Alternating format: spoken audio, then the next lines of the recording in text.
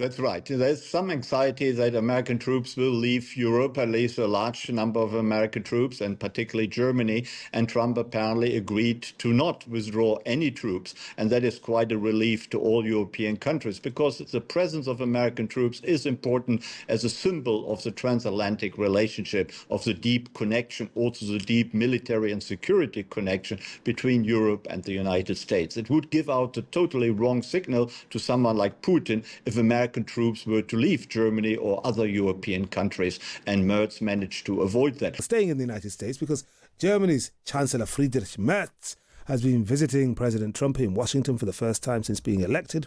He's just the latest world leader to receive the Trump treatment in the Oval Office. The US president heaped criticism on Merz's predecessor, the former German Chancellor Angela Merkel, for opening up her country to refugees, telling Merz it shouldn't have happened.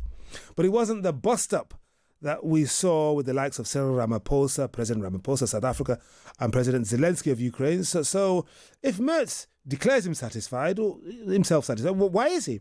Let's discuss this with Klaus Larres, a professor of history and international affairs at the University of North Carolina. And Klaus, you're an expert on German-US relations.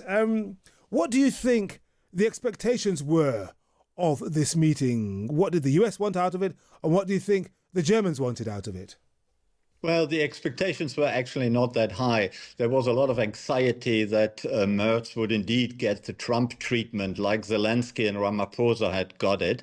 And everyone was relieved that that wasn't the case. It was a very friendly meeting. I mean, Trump talked most of the time. I would say 90% of the time was occupied by Trump's words.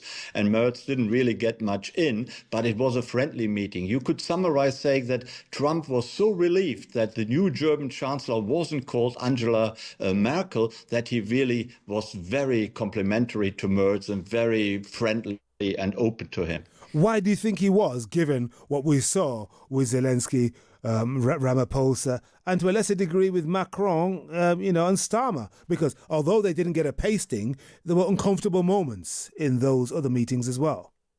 Well, as I said, Trump was relieved that the new German chancellor wasn't Angela Merkel. He really hated Angela Merkel. He didn't like her at all. They didn't get on. The chemistry was Why didn't he like her, do you think? Merz, he is a businessman. He's wealthy, and Trump likes wealthy businessmen. He's also a male, and Trump apparently gets on much better with male counterparts than with female counterparts.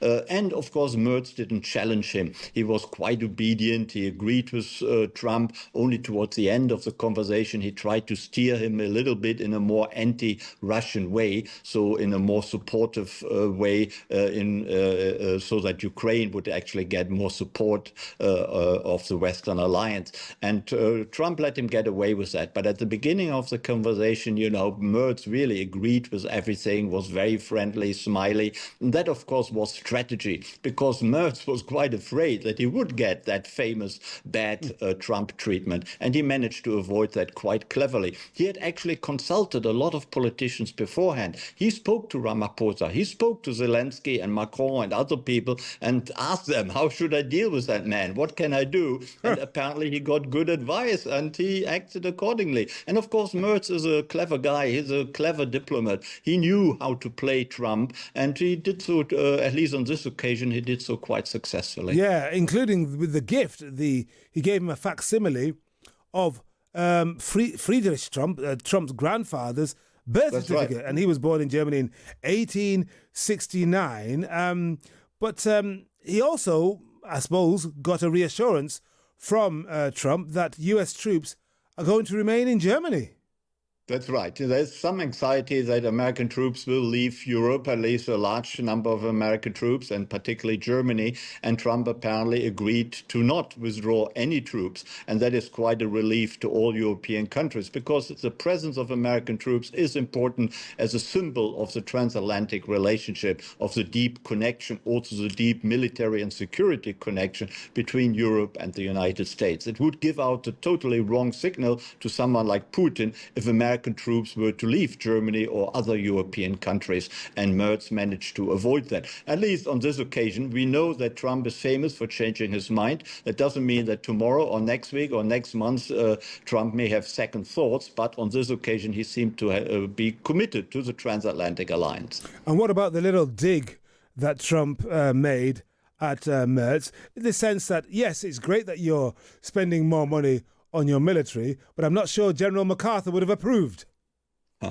Yes, there is, of course, anxiety in the Western world, or I should say there was anxiety in the Western world that rearming Germany may lead to very bad consequences, as it did during the Nazi time, of course. So he had that dig, and Trump is old enough to think of all these jokes of the 1950s and 1960s, which were made about, possible German rearmament. I don't think that was meant seriously. That was meant as a kind of friendly overture, and of course, Merz responded quite well. No one these days is afraid that an increase of German military strength would lead to negative consequences. In fact, everyone in the world, certainly the United States and other European countries, are calling for more German military strength in order to have more resistance against Putin and to send out the right signal to Putin that Europe will defend itself, that Europe will also stand by Ukraine and will not get Putin away with invading Ukraine and coming out as a victor, though Russia is, of course, the invader and the aggressor. Thank you very much. That was a really good conversation. Klaus Larres, Professor of History and International Affairs at the University of North Carolina, clearly an expert on German-US relations, which is why we had him on. Great stuff there. Absolutely, sure.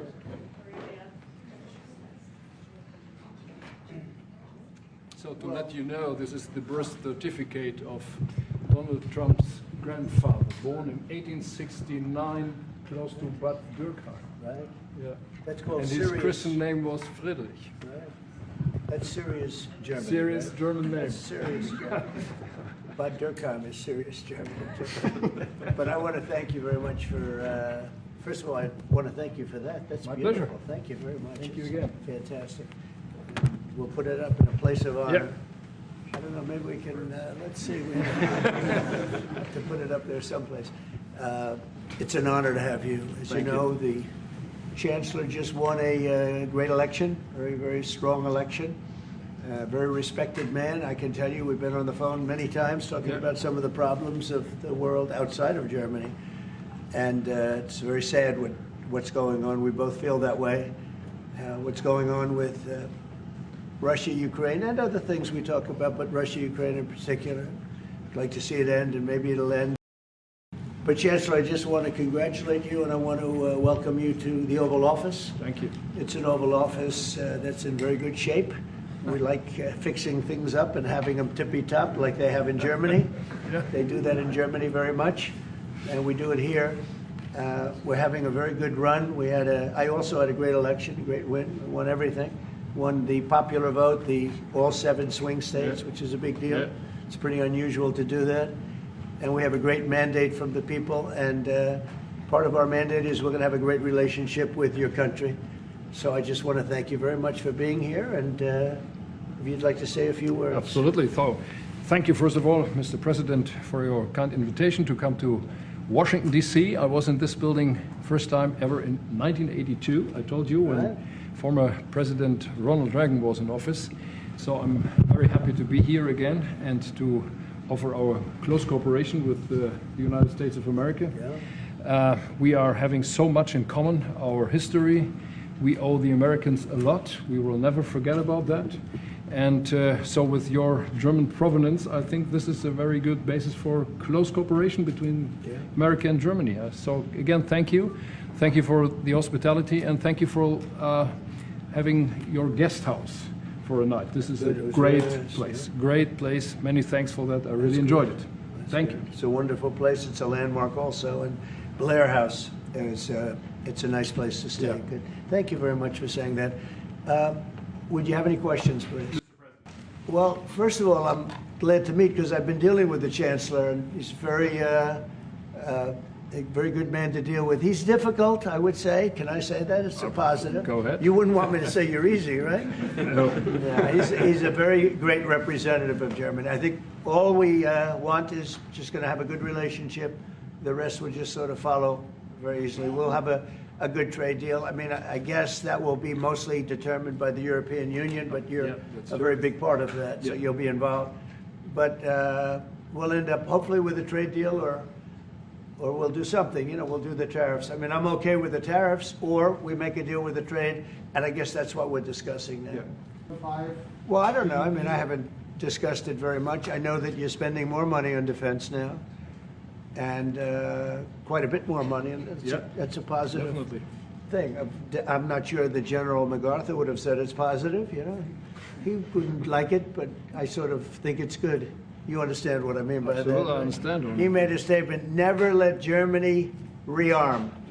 And I said, I always think about that when he says, sir, we're spending more money on defense. I say, oh, is that a good thing or a bad thing? I think it's a good thing. But, you know, at least to a certain point. There'll be a point when I'll say, please don't arm anymore if you don't mind. We'll be watching him. I'll get it. The answer is yes. We'll talk about that. But if they'd like to have them there, yeah, we have a lot of them, about 45,000. It's a lot of troops. It's a city when you think of it. That's good economic development. They're highly paid troops, and they spend a lot of money in Germany. But the relationship with Germany is very important. Yeah, we'll be doing that. No problem. Mr. President, you've made Mr. President, freedom of Do you speech. speak English because you speak such good English? Is it as good as your German, would you say? Do you feel, do you feel it's not more my comfortable? mother tongue. No, it's not my mother tongue, but I try to understand almost everything and very to good. speak as good as I can. Very good.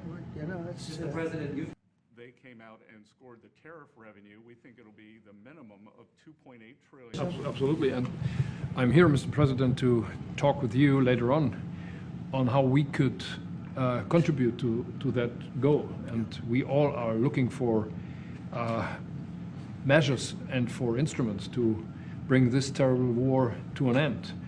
And may I remind you that we are having June 6th tomorrow. This is D-Day anniversary, when the Americans once ended a war in Europe. And I think this is in your hand in specific, in ours. That was not a pleasant day for you? No, that was not a pleasant... This was not a great in the day. long run, Mr. President, this was the liberation of my country from Nazi dictatorship. That's true. That's true. And we know what we owe you. But this is the reason why I'm saying that America is again in a very strong position to do something on this war and ending this war. So let's talk about what we can do jointly, and we are ready to do what we can. And you know that we gave support to Ukraine, and that we are looking for more pressure on Russia. The European Union did, and we should talk about that. We will talk about it. And, but I'm the one that stopped the pipeline. It's called Nord Stream 2. Until I came along, nobody ever heard, not one person in this room ever heard of Nord Stream 2. You probably did, Yes, because I did. it went to Germany. He's the only one Knowing that that heard this of it. was a mistake. But Yeah, I stopped right. it. I stopped it. Yeah, and you've said that openly. Yeah. It was a mistake because, and I used to go with Angela. I'd say, well, wait a minute. We're spending all this money to defend you against Russia, and then you're giving Russia billions of dollars a month. What kind of a deal is that? You know, which was, but you said it better than anybody else. I appreciate it. But I'm the one that stopped it. And that was the biggest economic development job, if you want to call it that, in the history, think of it, in the history of Russia. When I see the moment when we're not going to make a deal, when this thing won't stop, Is there a if deadline? that moment, yeah, it's in my brain, the deadline. When I see the moment where it's not going to stop, and I'm sure you're going to do the same thing, will be very, very, very tough. And it could be on both countries, to be honest. You know, it takes two to tango. But we're going to be very tough. Whether it's Russia or anybody else, we're going to be very tough. That's a bloodbath that's going on over there. I wish we could do the same thing with Ukraine and Russia. And at some point it'll happen. I believe that. And if it doesn't happen, or if I see somebody's out of line, if Russia's out of line, you'll be amazed how tough. Remember, We both agree on this war and how terrible this war is going on, and we are both looking for ways to stop it very soon. And I told the president before we came in that he is the key person in the world who can really do that now by putting pressure on Russia. And we will have this debate later on again, how we can proceed jointly between the Europeans and the Americans. And I think we are all we are having the duty to do something on that now to stop it after 3.5 years, which is really terrible.